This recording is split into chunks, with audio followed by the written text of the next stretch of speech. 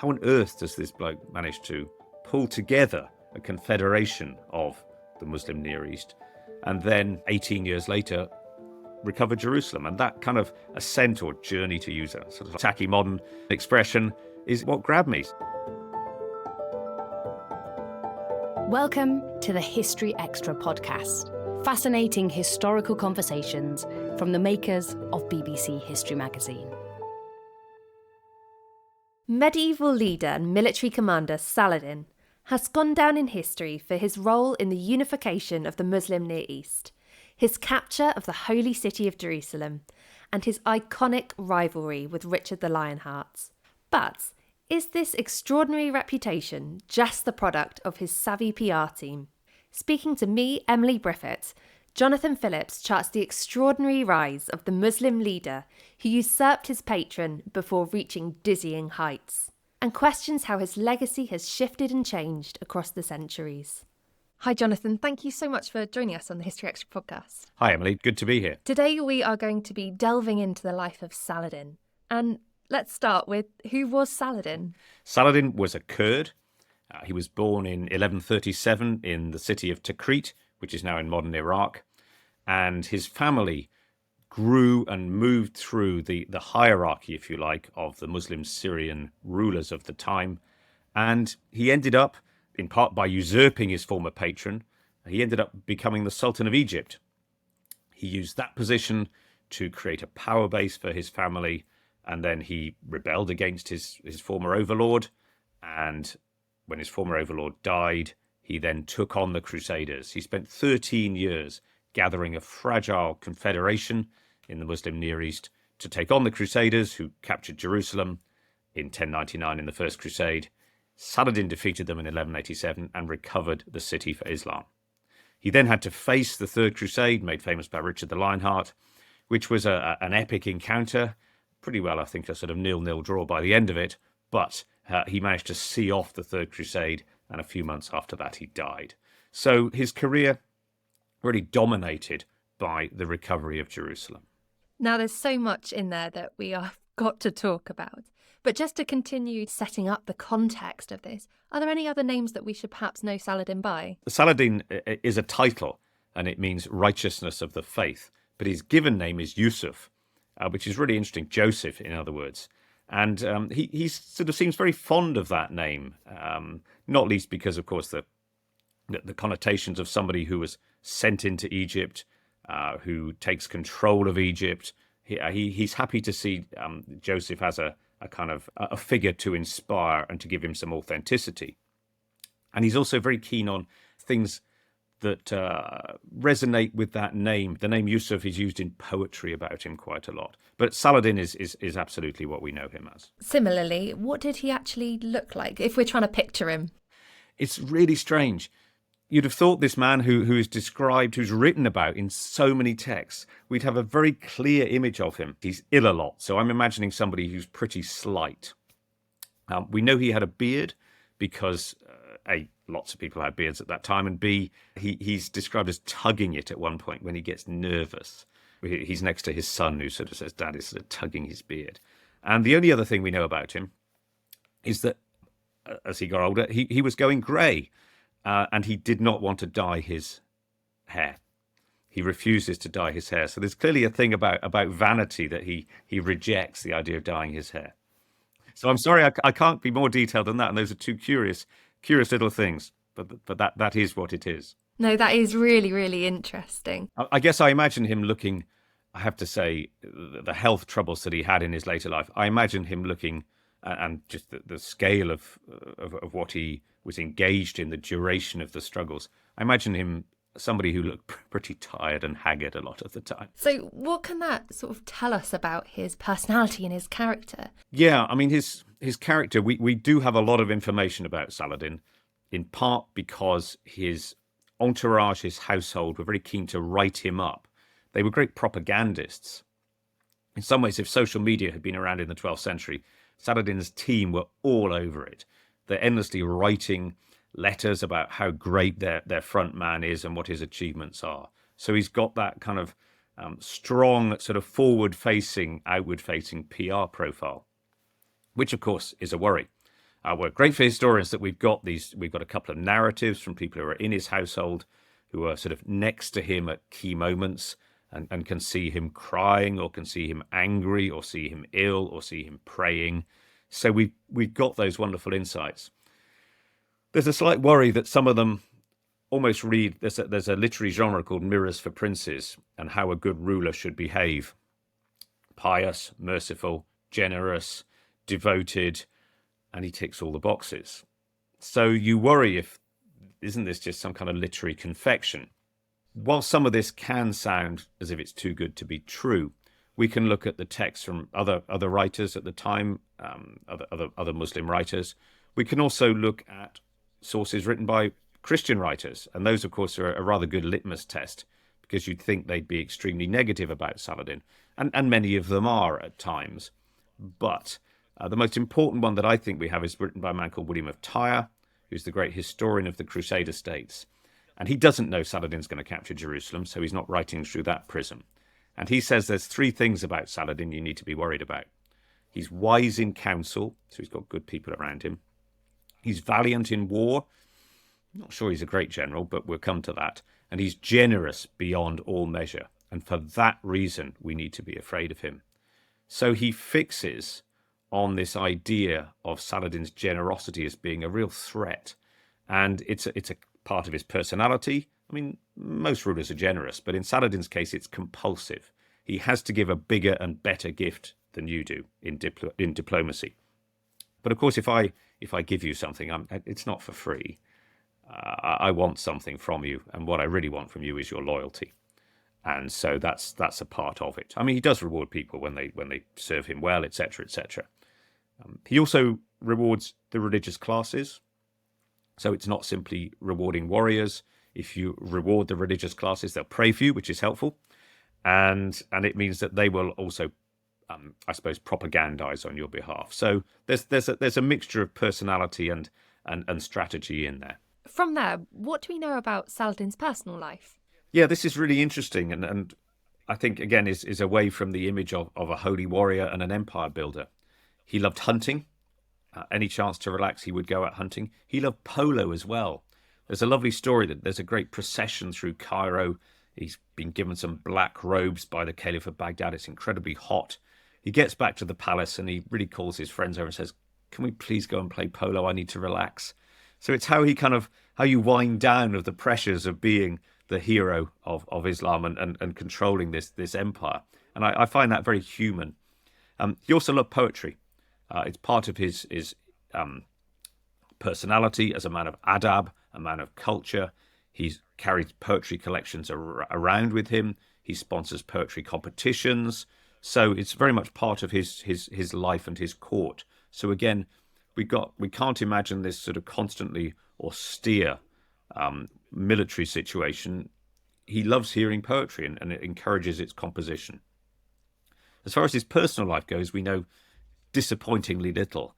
He has this enormous number of sons. He only has one wife, actually, who was Nur al-Din, his patron's wife. And there's a lovely little story that when Saladin is very ill in Mosul, it looks like he's going to die. And we read that he writes to her every day. So just this one glimpse that he looks like he's on the way out, and he picks this, and the writer says, and he wrote to his wife every day. So that shows a relationship and a devotion that really the texts don't give us otherwise. It's not something that they seem concerned to write about. But there's a sad twist there, because as he's writing to her, she's in Damascus, she dies. So, of course, they can't tell him, in case it tips him over the edge, that his wife has died. I'd like to set the scene a little bit. If we start it in his early life, could you just give us the surrounding context of what's going on at this time? Sure. I mean, the Crusader states are founded in 1099. The First Crusade is called in 1095. Pope Urban II calls for the knights of Western Europe to go and liberate the Holy Land from the hands of the Muslims. And in it, he offers a remission of sins, a spiritual reward. And great armies leave the West looking to, recover the Holy Land, but also looking for honour. Small number of them are looking for land. Most of them come home, of course, but a few of them stay there and set up what we call the Crusader states. And the Muslim Near East that they encounter at the end of the 11th century is a very divided place. It's divided between the Sunnis and the Shiites. It's also politically fragmented. And it's the First Crusade. The Muslim Near East doesn't know what's hit it. Why should it? And for a long time, the Franks, as we call the Crusaders once they settle, are able to exploit this and develop their territories. But in the course of the 12th century, the jihad, the holy war, which is an integral part of the Islamic faith, begins to gather momentum. And under a man called Nur al-Din, who actually turns out to be Saladin's patron, it gets somebody who's a great warrior, who's very pious, and can bring the religious classes and the warrior classes together. And he's the key to it. I mean, we know Saladin's name. I think this man, Nur al-Din, does an awful lot of the hard work for Saladin. He's a great patron of religious classes, and he draws together Mosul, Aleppo, and Damascus. And that's a really powerful coalition of wealthy, important cities to start taking on the Crusaders and trying to recover Jerusalem. So Saladin fits into that. So he's obviously growing up in this environment. What do we know about his early life? Not much. Again, it's one of those curios. We know he's born in Tikrit. He moves from there when he's very young. He grows up in Damascus, which is one of the great cities of the Muslim Near East. And Nur al-Din is the ruler of Damascus. So in a sense, he grows up in this environment of the counter-crusade, the jihad against the Franks. It's also a bustling, interesting city. It's a sort of an intellectual hub at the time. So an energizing place to grow up. And his father and his uncle are the keys to this, because while they're Kurds and in some way you might see as outsiders, his father is a very good administrator. He's a sort of an intellectual. And his uncle is a warrior. And he really is Nur al-Din's best general and is clearly an important part of him being able to step forward. So when and where did Saladin's career, shall we say, begin? In the 1160s, there's a great struggle for Egypt, which is the wealthiest area in the Near East. It's got the fertility of the Nile Delta and the great port of Alexandria. And so you've got Nur al-Din and the Syrian Muslims competing with the Crusader states for this great prize, which is ruled at the time by the Fatimids, who are a Shiite dynasty, but they're rather in decline. So they're a tempting target. And Saladin is there. Shurka is leading the invasion army. So Saladin's learning from his uncle. There's a siege in Alexandria, which the Crusaders win. Saladin's actually captured for 3 or 4 days by the Crusaders. He's a prisoner of war, which again is something that tends not to be mentioned. They treat him very well. And he's released shortly after that. But in January 1169, after a series of campaigns, it's Shurka who takes control of Egypt.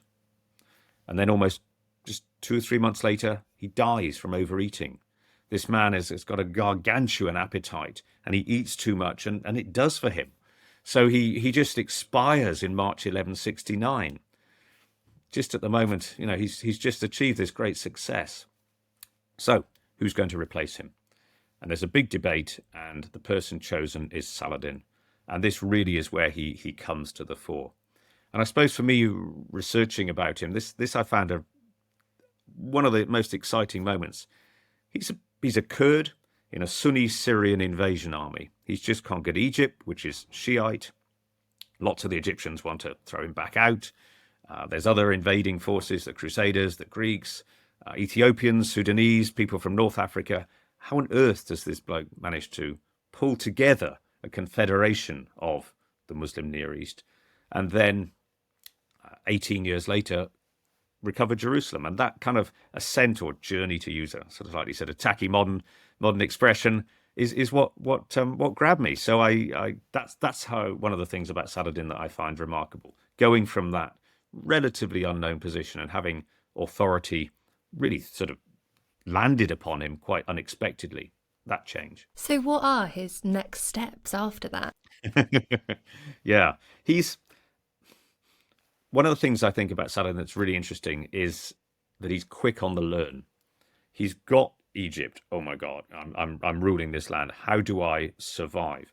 He's very harsh with some attempts to remove him quickly, and he executes a lot of Egyptians. So he's tough. But he's also got very good at getting administrators around him. Some of the existing administrators, you go, you're great. you're going to come and work for me. And he has a very loyal group of people around him. You often find people who are successful have a strong, stable group of people around them, and Saladin begins to assemble that. They stay with him for decades because they're so good. His family is good, they're good warriors, and they're pretty loyal to him. You think about how dysfunctional, say, the ruling House of England is at that time. Henry II, Eleanor of Aquitaine. The boys are always rebelling.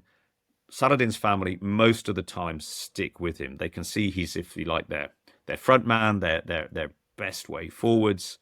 And he's also obviously pretty good at rewarding them. Some creaks and cracks later on, but basically they stick with him. So family, administrators, and I also think he's quick on the learn. He comes into Egypt and he says, right, I'd like somebody to write me a book of etiquette and practices of this land. I want to know how this place operates, and I want somebody to write a book for me. He fairly quickly gets a survey of Egypt's economy done, a sort of doomsday book thing. So he wants to know what he's dealing with. So I kind of admire him in that sense for being smart. So it's a bit of a combination of brains and connections, really, isn't it? Yes, he works out how to.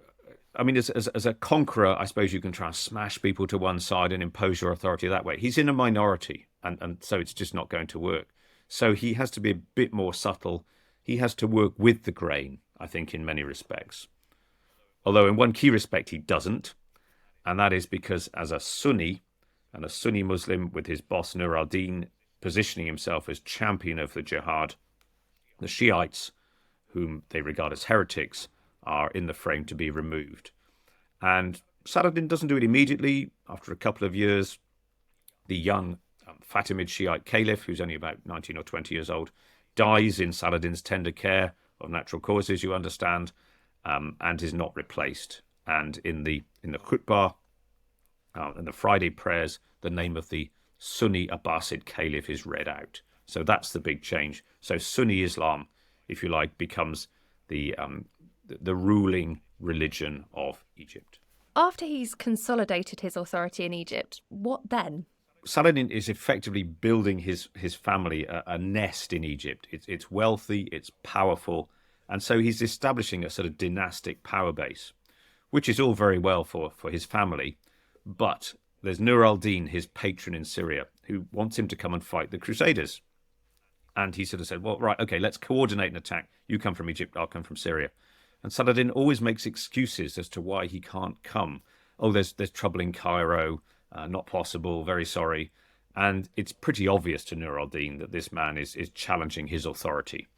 And in 1174, Nur al-Din is so frustrated at this, he actually gathers his forces to march against Saladin. So you would have had, or you're about to have, a civil war. And Nur al-Din dies. One of the things that characterizes Saladin's career actually is good fortune. And having this man who was his patron, who he's basically rebelling in a state of rebellion against, dying just at the right moment, is one of those.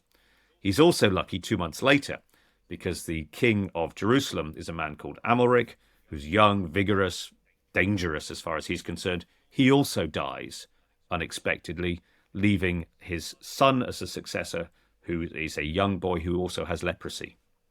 So the scope, rather than facing a dangerous rule of Jerusalem, the politics of a young boy who's sadly very, very ill means that the Crusaders, the Franks, look in on themselves quite a lot. So Saladin benefits from this. And then he wants to basically usurp Nur al-Din's empire. And so while we think of Saladin as a hero of Islam, the man who recovered the holy city for his faith, which is true, he's also a usurper, which is a more pejorative word, but is basically what people do at the time. Nur al-Din had done exactly that. We're saying he's the great pious holy warrior, yeah. But the people who were ruling Damascus before him may not have regarded him as such. He ejected them. So it is just what you do. But Nur al-Din his family has got a lot of loyalty, a lot of supporters.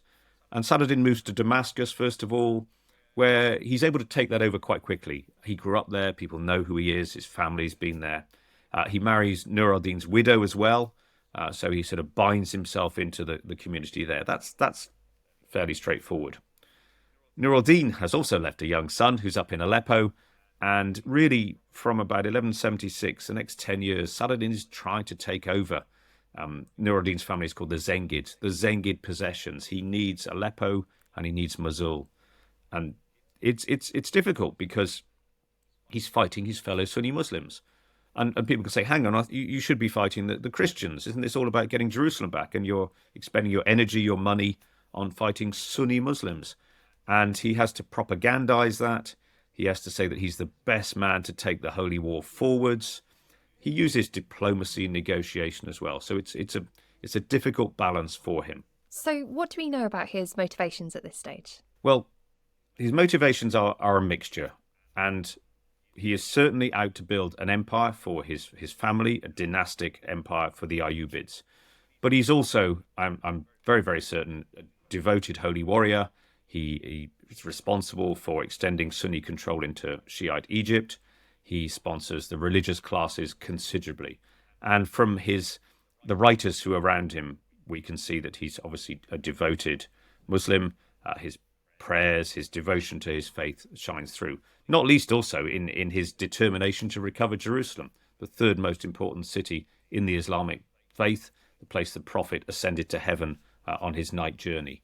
So there's a great moving in the continuum with Nur al-Din, a determination to recover Jerusalem for his people. Speaking about the Crusader states, what was actually his relationship like with the Crusader states? Having said he spent 13 years fighting his fellow Sunni Muslims, which is true, he needed Damascus, Aleppo and Mosul, which he doesn't get till mid-1180s. He needs the strength of those cities to be able to take on the Crusader states. Within the Crusader states, there's a lot of political infighting, the legacy of having this ill young man on the throne. And Saladin does, of course, actually have to fight them from time to time, having talked about it. And at first, he's not very successful. There's a battle called Montgisard in 1177 where he is absolutely hammered. He's very lucky not to be captured, and that is a real blow to him.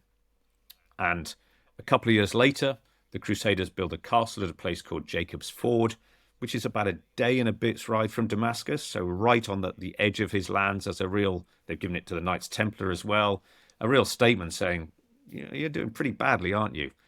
We can see that you're struggling a bit. We're going to build this great big castle quite close to Damascus. How does that make you feel? So he spends a long time trying to get that back, but actually I think when he does recover or does take control of this castle, that is a bit of a turning of the tide. And from that point, he gets some momentum. He's starting to gather his resources. He tries to invade the Kingdom of Jerusalem a couple of times, 1183, 84. But the Franks on this occasion are quite wise. They're like a boxer who stays out of range. He wants to fight them. He needs to fight them. And they just won't engage. And that frustrates him. But it's a sensible policy. By the time you get to 1187, he has been talking the talk for a long time now, and he's got this coalition, and he really needs to bring it to the boil. And I think he's almost desperate's a bit of a strong word, but he really, really needs a battle. And there's an incident where one of the Frankish rulers attacks a Muslim caravan in the Transjordan area, and he uses that as a sort of cause for war. And then in 1187, he invades the Kingdom of Jerusalem. He's got all his resources really, really well organized, it has to be said. And he provokes the Franks into a battle. He takes a castle called Tiberias, where the lady of Tiberias is in the castle. Her lord, her husband, is with the king of Jerusalem. And while some of them say, you shouldn't fight, in the end they decide to try to relieve this castle. And they're trying to march across about 32 kilometers of land in what is in now northern Israel in the middle of the summer. And Saladin has sorted out the water supply. There isn't any. And it's a disaster.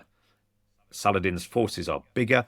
They're able to compress the Franks, if you see what I mean, and shepherd them along, bombarding them with arrows the whole time. Saladin's got so much water, his men can pour water out in front of the Franks just to go, we've got it, and you don't appear to have any. They set fire to the dry brush, making sure that obviously the wind's blowing in the right direction to choke the Franks. And really, squeeze them to a standstill.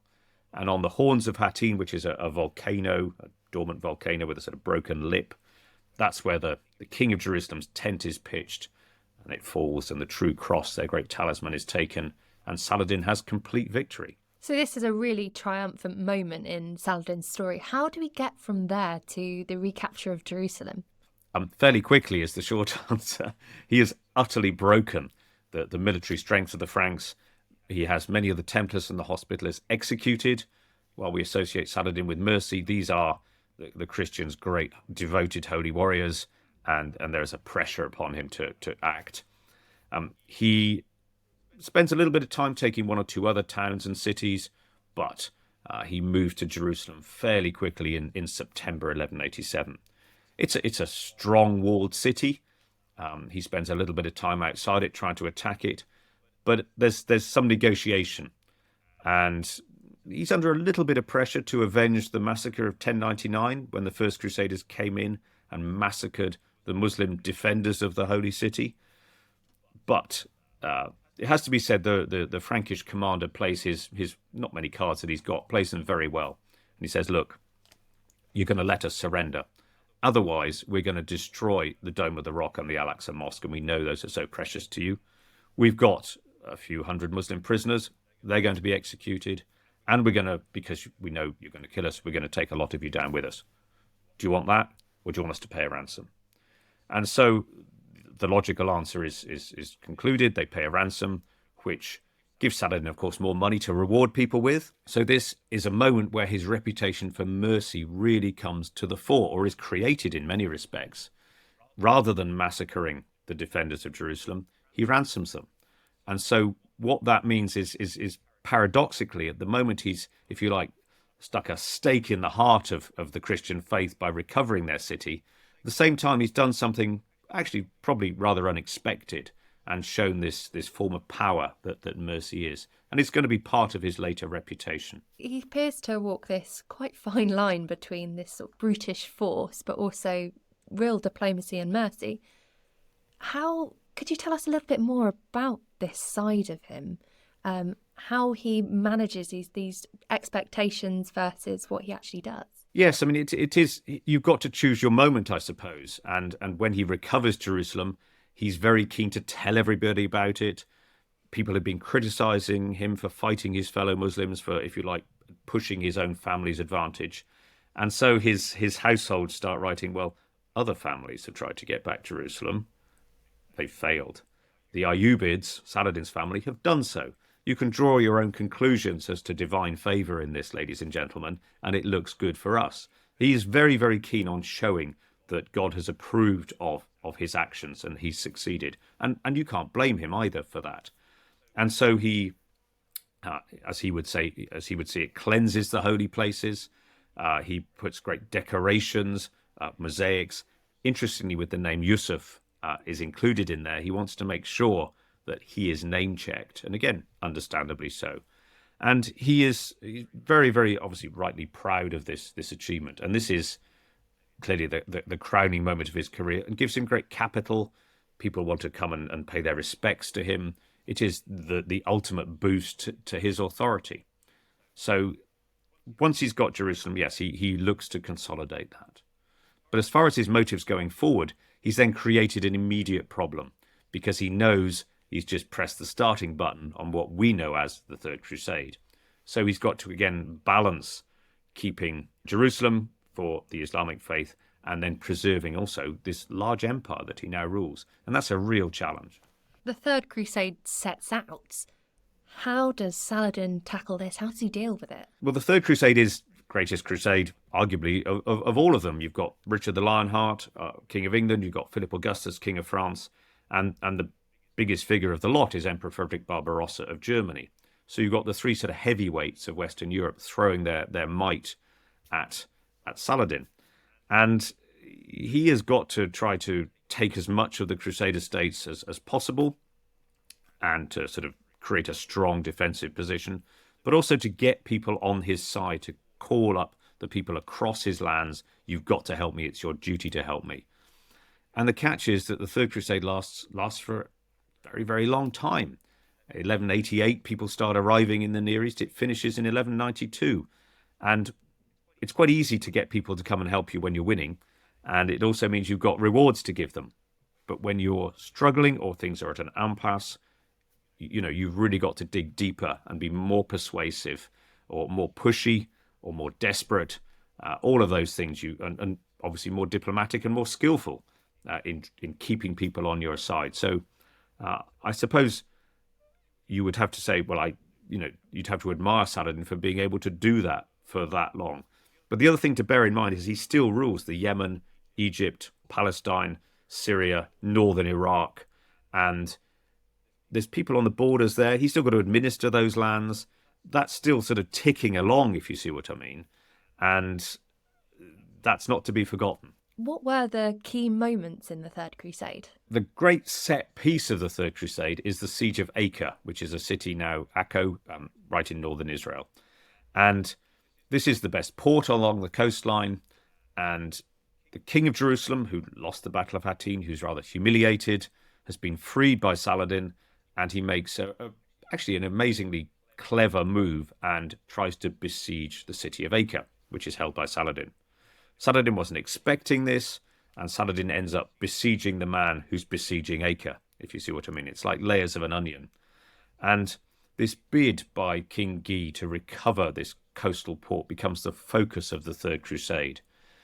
His brother had said, look, you've been pretty hopeless so far. People are coming over from Western Europe. They need to see something kingly from you. So he makes this dramatic move in trying to take Acre. And as I say, it's an incredibly brave and actually smart move. And it becomes an epic siege. The contemporaries describe it akin to the siege of Troy. Okay, it's only 2 years, not 10, but anyway. It is an epic siege. And over the course of 1189, 1190, 1191, you've got Crusaders arriving from Western Europe. Every time that the sea lanes are open, they're closed between October and March, you get thousands of Westerners inspired by the loss of Jerusalem, having sacrificed their livelihoods, their lands in the West, in the sense they've had to sell some of them, risking their life and limb to come and try and recover Jerusalem. But the focal point first is this great siege of Acre. And so Saladin has to try and break through the Crusader ranks. They built this enormous earthwork. Earthworks sound kind of Viking-y, but this massive kind of earthwork around the city, which Saladin can't break through. So for 2 years, Crusaders effectively live in this kind of enormous campsite around Acre, which is a sort of intriguing thing to try and get your head around.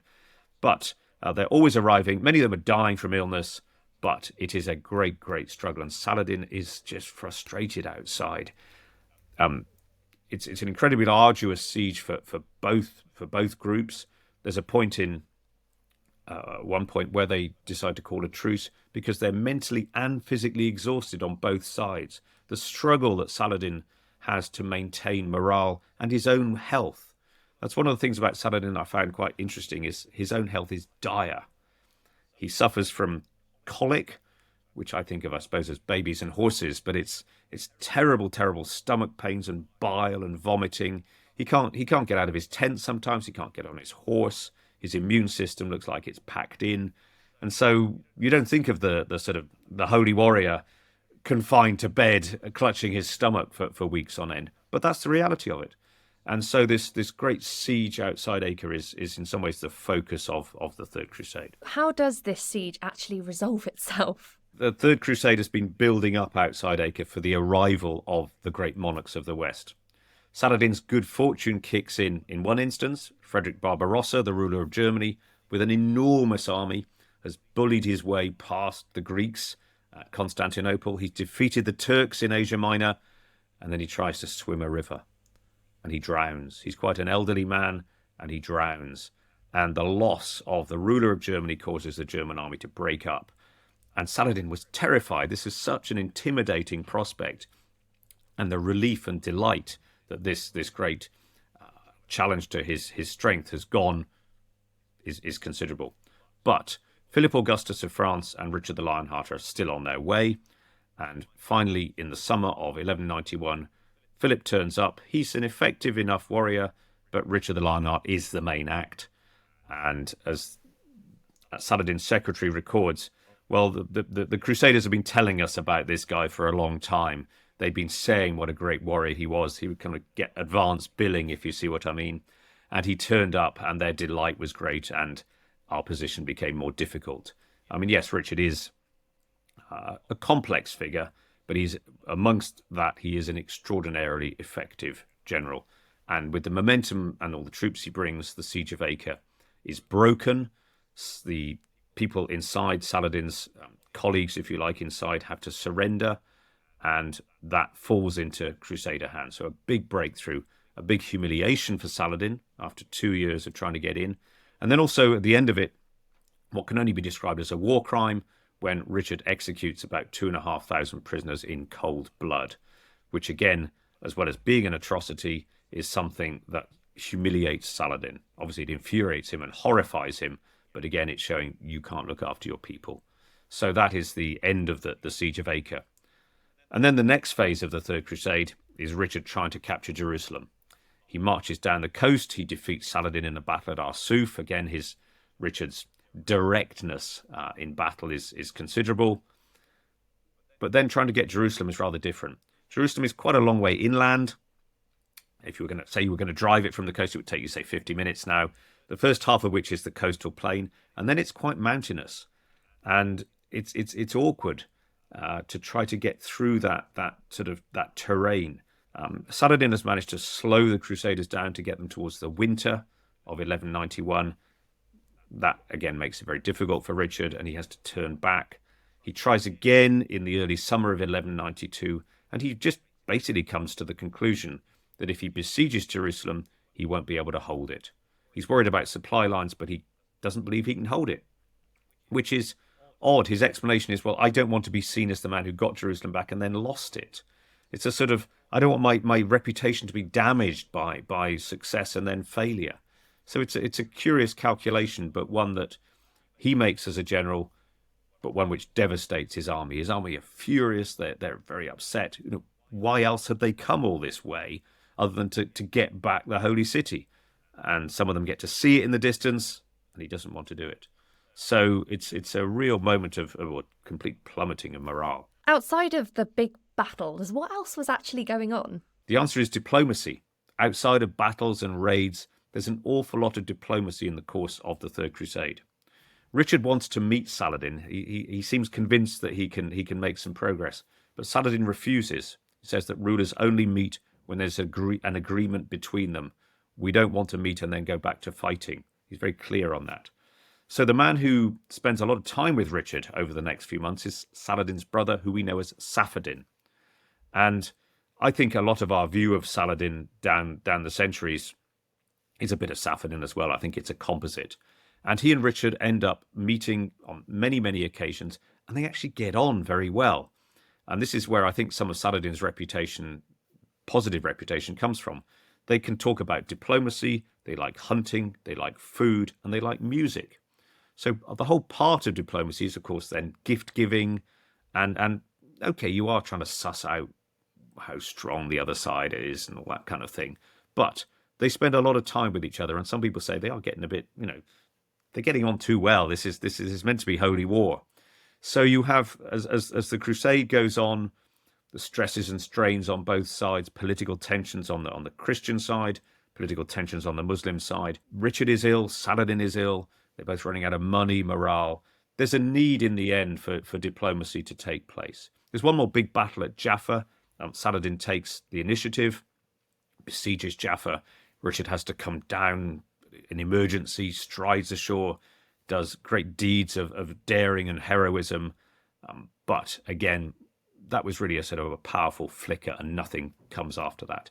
I think that adds a really interesting angle to it, because we often see the Third Crusade as this big battle between Richard versus Saladin, and it just gives you a whole nother view on it.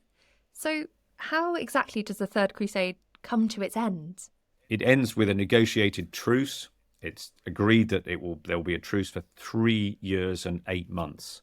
And the Crusaders can visit Jerusalem as pilgrims peacefully to go there. And groups of them do. Richard himself won't do it. But some of them go, and some of them actually then meet Saladin himself.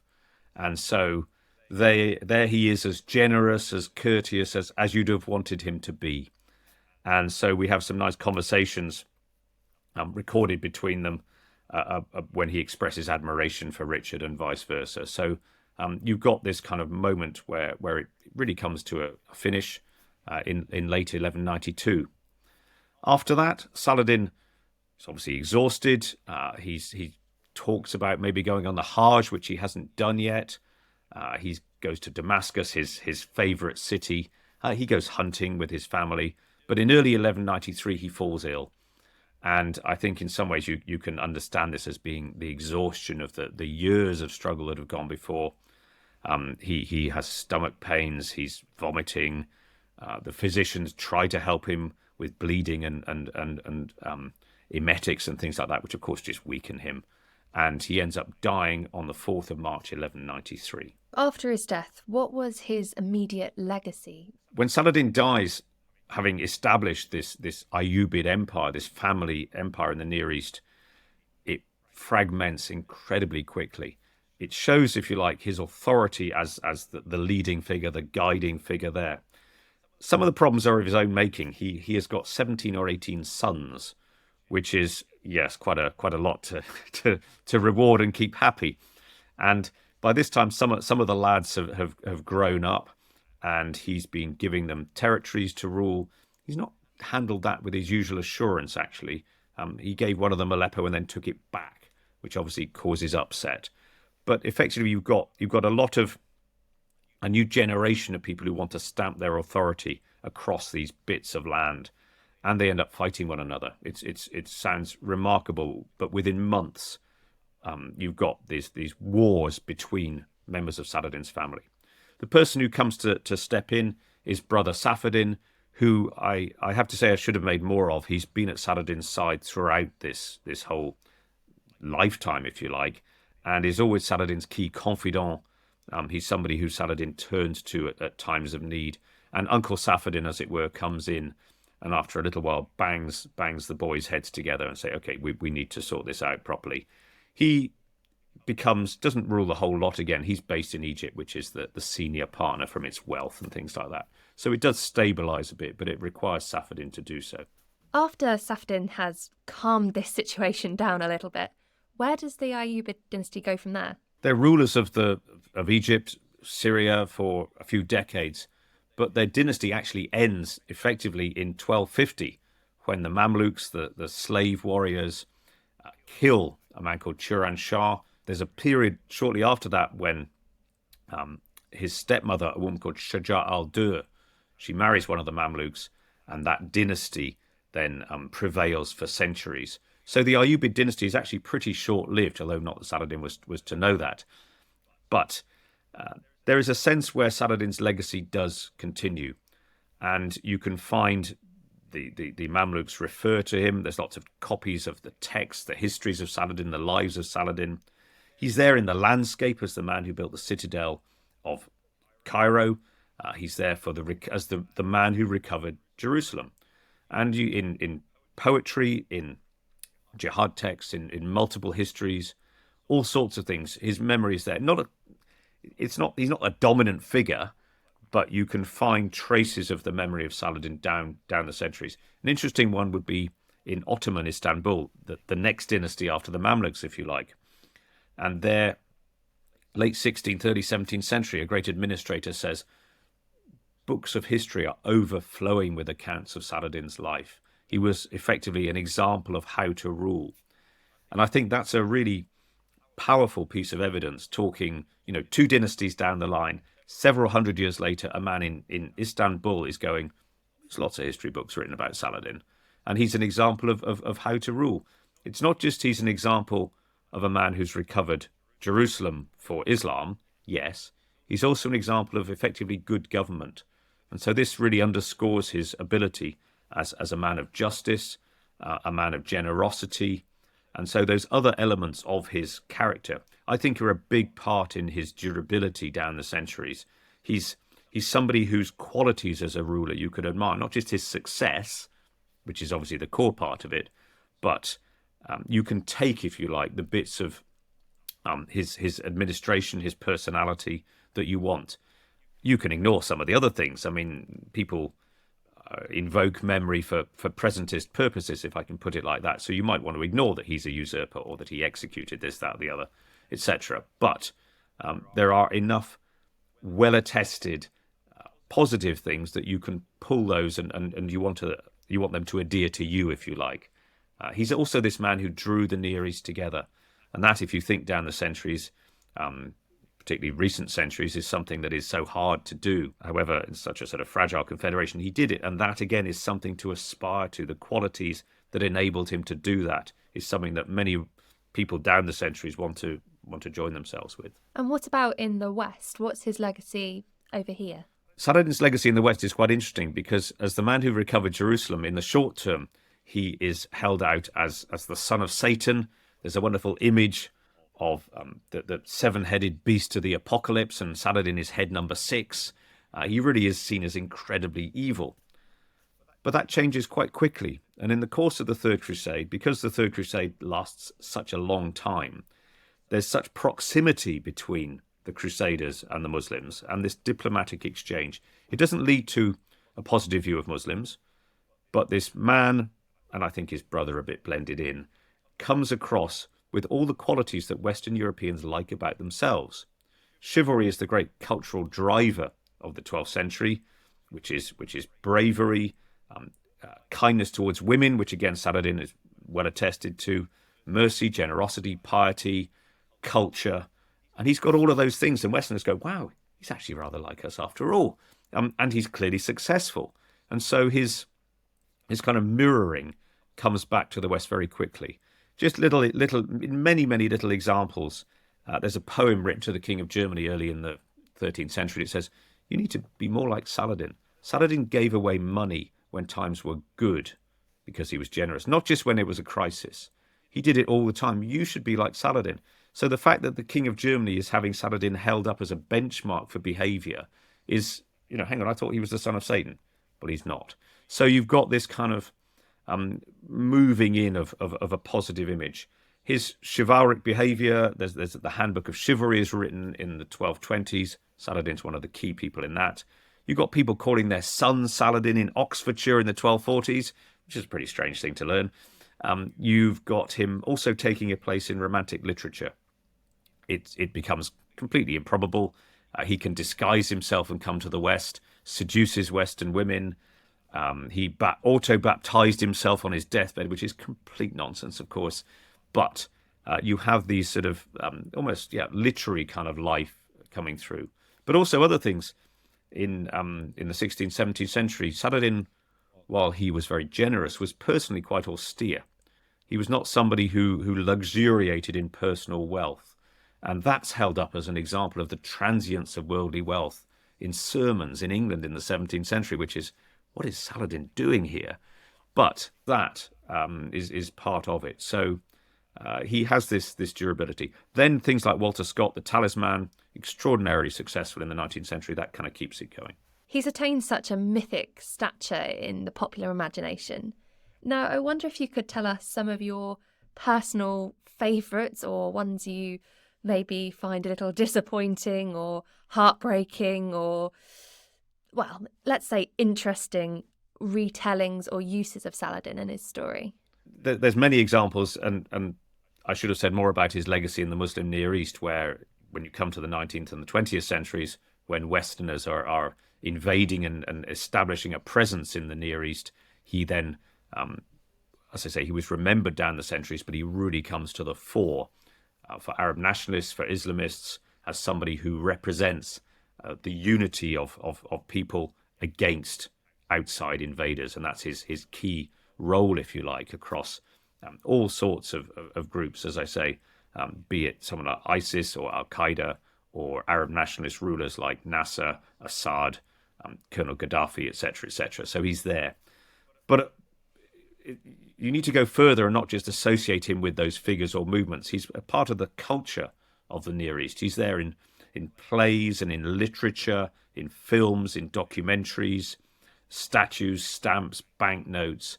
It's a really kind of deep presence.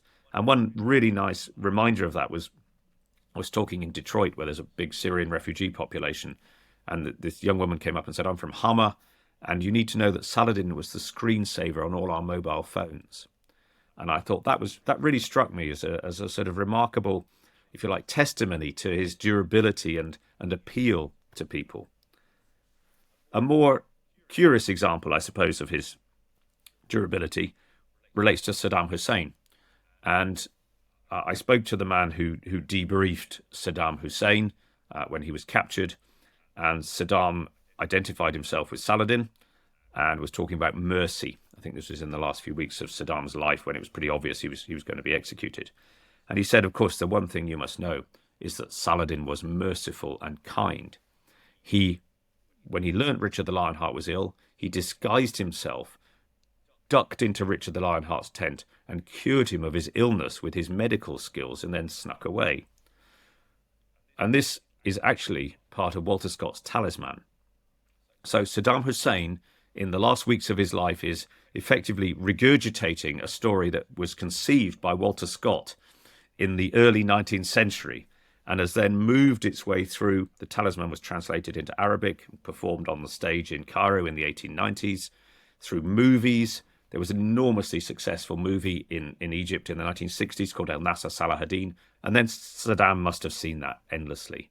And that has the scene of Saladin creeping into the tent, and then Saddam repeats it. So, while that's not at all true, I think it's, again, an interesting historical line, but just a testimony to what people want to believe about him. Who's invoking the memory of Saladin today, then? One of the most interesting examples is President Erdogan of Turkey, where Saladin is obviously important to the appeal of supporting the Palestinians, the broader kind of history of the region, but also to the Kurdish population as well. And down in the southeast of Turkey, there's a Saladin airport. There's many mosques are named after him, hospitals, schools. And right now there is a major TV series, a dramatization of Saladin's life on Turkish television. Enormously popular, apparently. Taking all this in, how do you think we should be thinking about Saladin today? What do you think listeners should take away? I suppose an appreciation of the range of his character, that he is a very pious man. He's determined to recover Jerusalem, but there's a lot more to him as an effective ruler, a generous ruler, a good administrator, somebody who's able to understand and work with people. I think those are his great skills. His skill as a diplomat as well, to bring people together. So I think it's really the range of things that he is capable of doing. And I suppose his durability. When you read about the struggles that he faced, I think it's quite remarkable that he managed to survive physically.